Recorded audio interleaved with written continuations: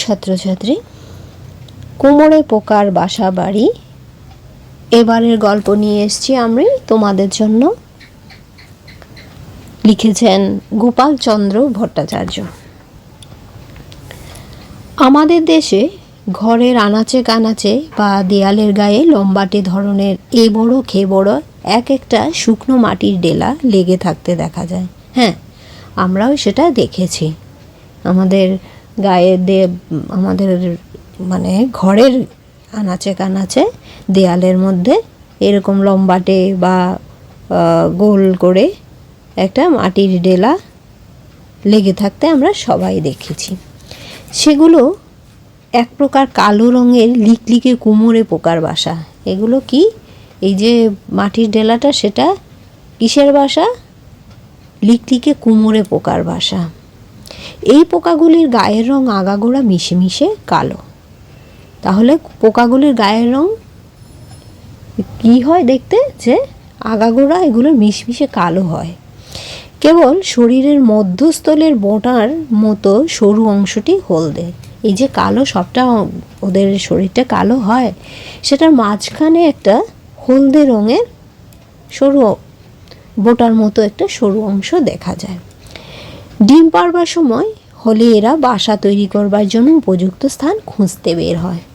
যখন ওদের ডিম পাড়ার সময় হয়, তখন ওরা একটা উপযুক্ত স্থান খুঁজে নেয়।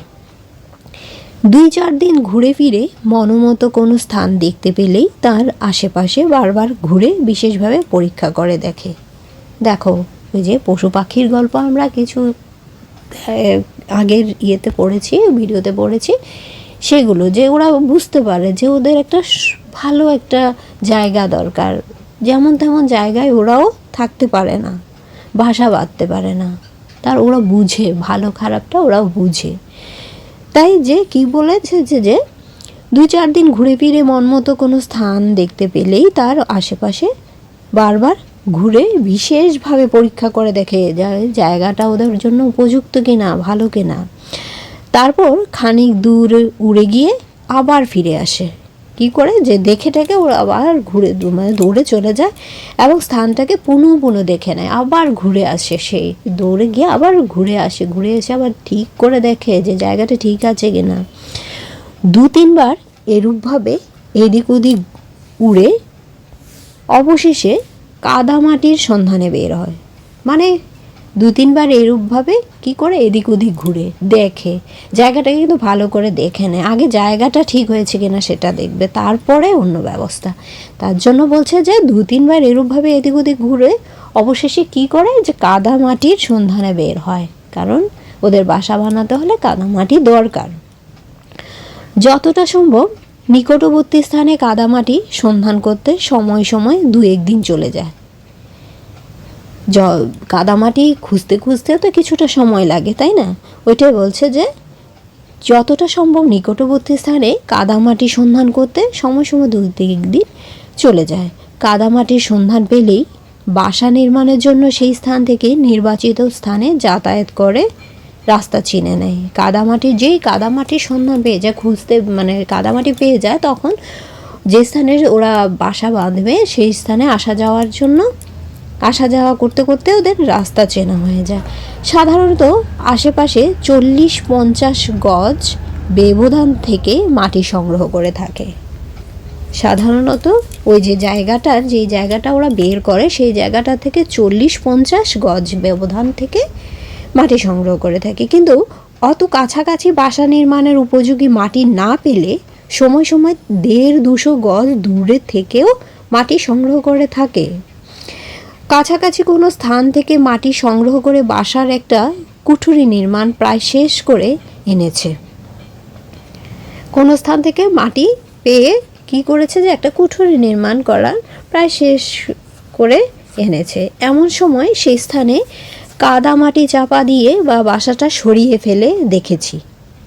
কি করেছি, যেই ওরা বাসাটা বেঁধেছিল একটু করে, সেটাকে আমরা কি করেছি, যে কাদামাটি চাপা দিয়ে বাসাটা সরিয়ে ফেলেছি। সংস্কার বসেই হোক আর বুদ্ধি করেই হোক, কুমোরে পোকাটা বাসার সন্ধান না পেয়ে কোনো একটা জলাশয়ের পাড়ে উড়ে গিয়ে সেখান থেকে ভেজা মাটি সংগ্রহ করে পূর্বের জায়গায় নতুন করে বাসা তৈরি শুরু করেছে। যেই সে বাসাটা আমরা ফেলে দিয়েছিলাম বা চাপা দিয়েছি, সেটা কি করেছে সেটা দেখে ও আবার নতুন করে মাটি এনে সেই জায়গায় আবার চাপা দিয়ে নতুন করে বাসা তৈরি করছে। যতবারই এরূপ করেছি ততবারই দেখছি পুকুর বা নালা, ডোবা যত দূরেই থাকুক না কেন, সেখান থেকেই ভেজা মাটি এনে বাসা তৈরি করেছে। এইসব অসুবিধার জন্য অবশ্য বাসা নির্মাণে যথেষ্ট বিলম্ব ঘটে।